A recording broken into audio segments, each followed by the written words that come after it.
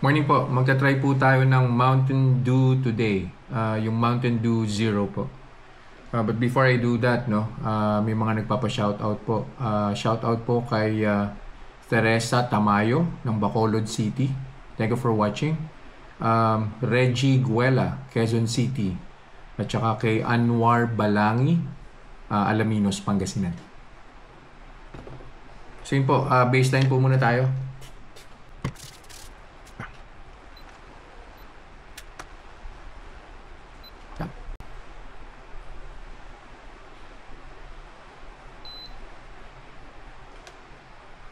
Hmm.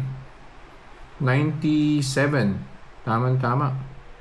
So sige po, inumin ko po si Mountain Dew at babalik po ako after an hour.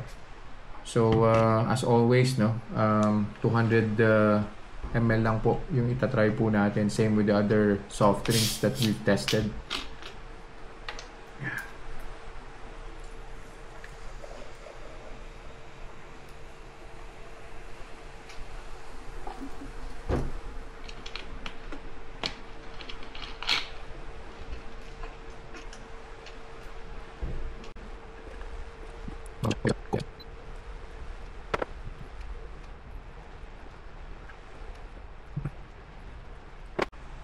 Naka 1 hour na po, so kuha na po tayo ng blood sugar.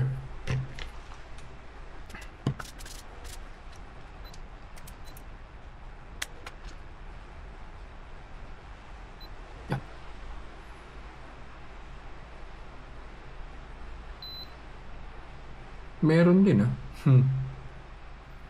So 97 kanina, so 110, so that's plus 13 units. So balik po ulit ako after an hour and we'll see kung ano po yung magiging final blood sugar reading.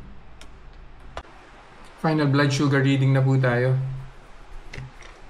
Mountain Dew Day.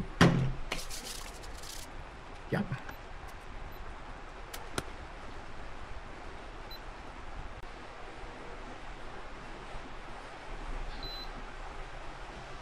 Yun.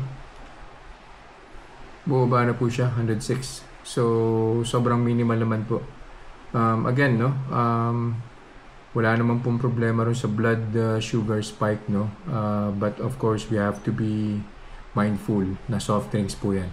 So, may tama po sa kidney yan. So, see you guys in the next vlog. Bye-bye.